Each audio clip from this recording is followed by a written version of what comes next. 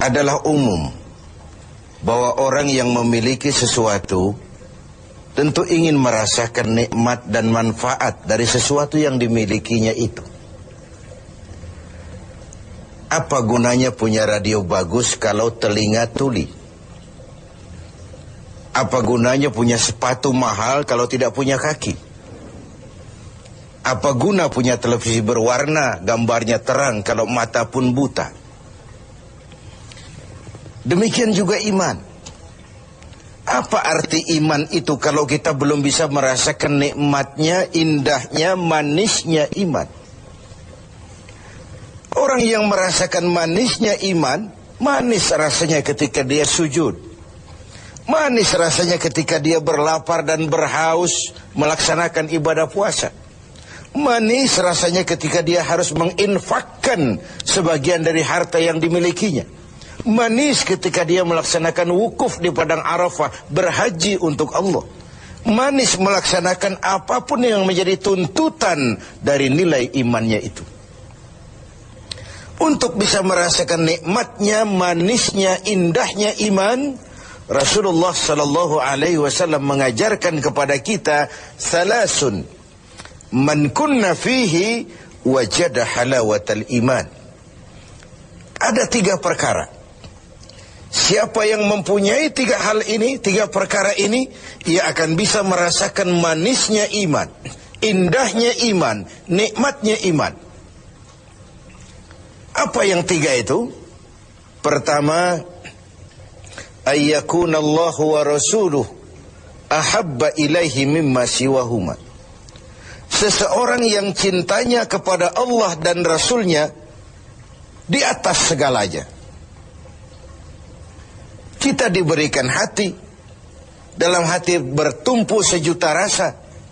Apa yang paling dominan di hati, itulah yang jadi kecenderungan kita. Bahwa kita cinta harta benda, tentu. Kita cinta tanah air, itu pun bagian dari iman. Kita cinta pangkat dan jabatan, wajar. Kita cinta anak dan istri, iya. Dan agama pun tidak melarang, persilahkan. Cintailah apa yang perlu kau cintai. Mencintai tanah air, mencintai bangsa dan negara, mencintai harta benda, mencintai anak istri, mencintai teman, pangkat, jabatan, persilahkan. Tapi kan cinta kepada alam dan seluruh isinya dibatasi oleh kesadaran. Pada suatu saat kita akan berpisah. Cinta kita kepada harta, entah si harta dulu hilang di gondol maling, entah kita dulu meninggalkan harta itu. Cinta kita kepada pangkat dan jabatan ada waktunya.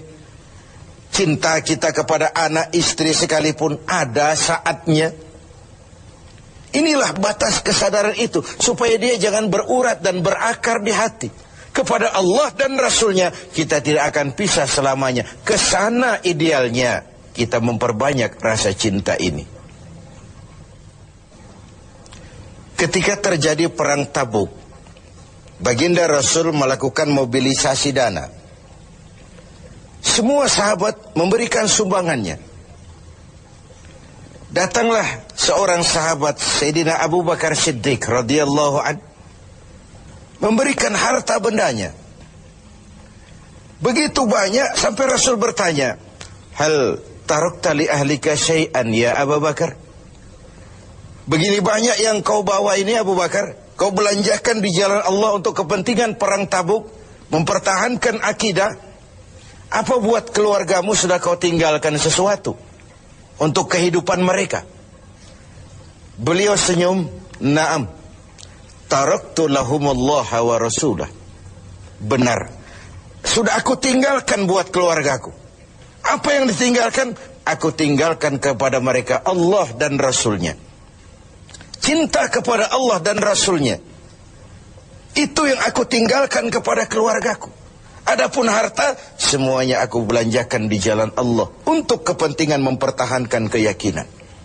Ini adalah sebuah contoh orang yang cintanya kepada Allah dan Rasulnya di atas segalanya. Harta itu, pangkat dan jabatan itu, semua kekayaan materi yang kita miliki itu, kalau sudah memenuhi panggilan Allah dan Rasulnya, semua mengalir. Semua mengalir. Dari sana dia datang dan ke sana juga dia akan kembali. Inilah keyakinan terhadap inna lillahi wa inna ilaihi raji'un. Dari Allah segalanya datang, ke jalan Allah juga, kepada Allah juga semuanya akan kembali.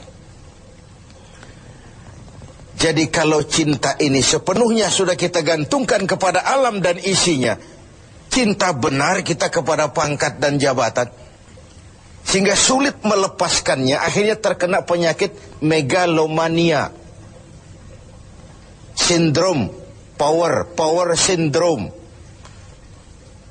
Sulit balik jadi orang biasa, sudah kadung jadi pejabat tinggi. Sulit melepas pangkat dan jabatan, dengar mau ada mutasi, gerasak gerusuk, cari mbah ini, cari mbah itu. Bawa ayam putih, bawa kambing hitam, macam-macam dilakukan. Sebagai cermin bahwa jabatan itu berakar di hati, sulit untuk melepaskannya. Orang yang cintanya kepada Allah dan Rasulnya, kalau satu saat dia harus melepas yang dia sayangi, dahulu pun ketika terlahir ke alam ini, tidak ada harta yang saya bawa. Kalau sekarang saya harus melepasnya, innalillah wa inna ilaihi raji'un. Dahulu pun ketika terlahir ke alam ini, tidak ada pangkat dan jabatan yang saya sandang. Kalau sekarang saya harus melepaskannya, innalillah wa inna ilaihi raji'un. Oh, itu cuma sekadar titipan dari Allah saja. Disinilah lapang dadanya seorang mukmin ketika dia menempatkan cinta Allah dan Rasulnya di atas segalanya. Ini yang pertama. Yang kedua, untuk merasakan manisnya iman ini, wa ayyuhibba 'abdan la yuhibbuhu illa lillah. Dia cinta kepada sesama hamba, cintanya karena Allah, bukan karena kepentingan. Kalau sudah cinta karena kepentingan, sebatas kepentingan terakomodir, kita loyal, kita taat, kita setia, kita cinta. Begitu kita merasa kepentingan kita diabaikan, kita jadi musuh nomor satu. Pantas saja kalau dalam panggung politik ada pameo, tidak ada teman abadi. Yang ada tujuan abadi, kepentingan abadi. Hari ini teman, besok lawan. Hari ini disanjung, besok digusur. Agama mengajarkan cintai sesama hamba karena Allah, bukan karena kepentingan, bukan karena mencari kehormatan diri, tapi karena Allah saja. Kau di jalan Allah, kau saudara saya. Kau keluar dari jalan Allah, sampai sini saja kita. Bersaudaranya itu karena Allah. Islam membebaskan manusia dari ras diskriminasi, dan ikatan akidah jauh lebih kuat daripada ikatan darah. Tidak ada persaudaraan yang lebih kokoh selain persaudaraan yang diikat dengan nilai-nilai akidah. Saya sih tahu mabuk itu haram, cuma saya ngormatin teman. Ngormatin teman, ikut minum. Saya sih tahu judi itu haram, cuma diajak saya nggak enak sama teman. Ngormati teman, mengorbankan keyakinan. Untuk hal-hal yang seperti itu, tidak ada toleransi yang perlu dirumuskan. Bersaudara karena Allah, bertemu karena Allah, berpisah pun juga karena Allah. Ini yang mahal zaman sekarang. Sekarang kan bersaudara karena kepentingan, karena ada maunya. Berteman karena ada kepentingan. Bila kepentingan tercapai, teman jadi lawan pun nggak masalah. Lawan jadi teman sekalipun it's okay, asal kepentingan tercapai. Nah, nuansa Ramadan mempertemukan kita dalam ikatan jalinan karena Allah semata-mata. Bertemu ya karena Allah, berpisah pun juga karena Allah. Ikatan kekeluargaan kita sebagai bangsa memang nyaris rapuh. Berbagai konflik di daerah belum kunjung selesai. Baik yang bernuansakan agama, etnis, dan macam-macam lagi. Di Papua sana, di Poso sana, bahkan di kota-kota besar masih sering terjadi bentrokan antar kampung, antar tetangga, antar wilayah. Lalu keroyokan, rame-rame, menyatakan identitasnya pada proporsi yang salah sebenarnya. Bertemu karena Allah, Berpisah juga karena Allah.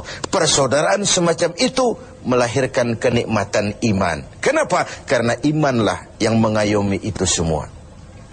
Yang ketiga terakhir, untuk bisa merasakan manisnya iman, wa ayyakraha ayyauda fil kufri ba'da idh anqazahu Allahu minhu kama yakrahu ayyukzafa finnar. Dia benci kekafiran, kebatilan, kezaliman, kemunkaran, ketidakadilan, maksiat. Setelah dia diselamatkan Allah dari hal-hal seperti itu, sebagaimana dia tidak suka kepada neraka, sebagaimana bencinya dia kepada neraka, begitulah dia membenci kebatilan, ketidakadilan, kezaliman. Tidak seorang pun di antara kita yang suka neraka. Jangankan lagi masuk, mendekat saja kita tidak kepengin. Seperti itulah harusnya sikap kita menghadapi kemunkaran, kebatilan, kezaliman, ketidakadilan. Bukankah Rasul mengisyaratkan, kalau kamu melihat kemunkaran, ubah itu dengan tangan. Kalau tidak mampu, dengan lidah. Kalau tidak sanggup, dalam hati. Setidaknya jangan join dengan kebatilan dan kemunkaran. Mengubah sebuah kemunkaran dengan tangan, itu simbol dari power. Siapa yang punya power? Penguasa. Tugas penguasa itu. Yang punya pasukan, punya senjata, punya dana, punya sistem, punya strategi untuk memberantas kemunkaran. Ada yang memberantas kemunkaran dengan lidah, dengan bicara. Para ulama, para mubalik, para kiai, para wakil-wakil rakyat di DPR sana. Mencegah yang munkar dengan lidah, bicara. Sampaikan apa yang menjadi aspirasi rakyat. Ada yang dalam hati saja. Ini biasanya rakyat banyak. Bicara nggak didengar. Kadang juga takut akibatnya. Dalam hati saja. Setidaknya tidak join dengan yang namanya kemunkaran. Karena ketika yang ma'ruf berjalan, yang munkar juga berjalan, sama-sama berjalannya, lalu hukuman datang kepada yang munkar ini, yang ma'ruf pun akan terkena juga dampak dan akibatnya. Inilah makna pernyataan Quran, wattaqu fitnatan la tusibanna allazina zalamu minkum khassah. Takutlah musibah, bencana yang kalau datang tidak hanya menimpa orang-orang yang zalim di antara kamu, yang baik pun akan terkena juga dampaknya. Karena itu setiap kita mempunyai kewajiban moral untuk menjaga kemaslahatan umum secara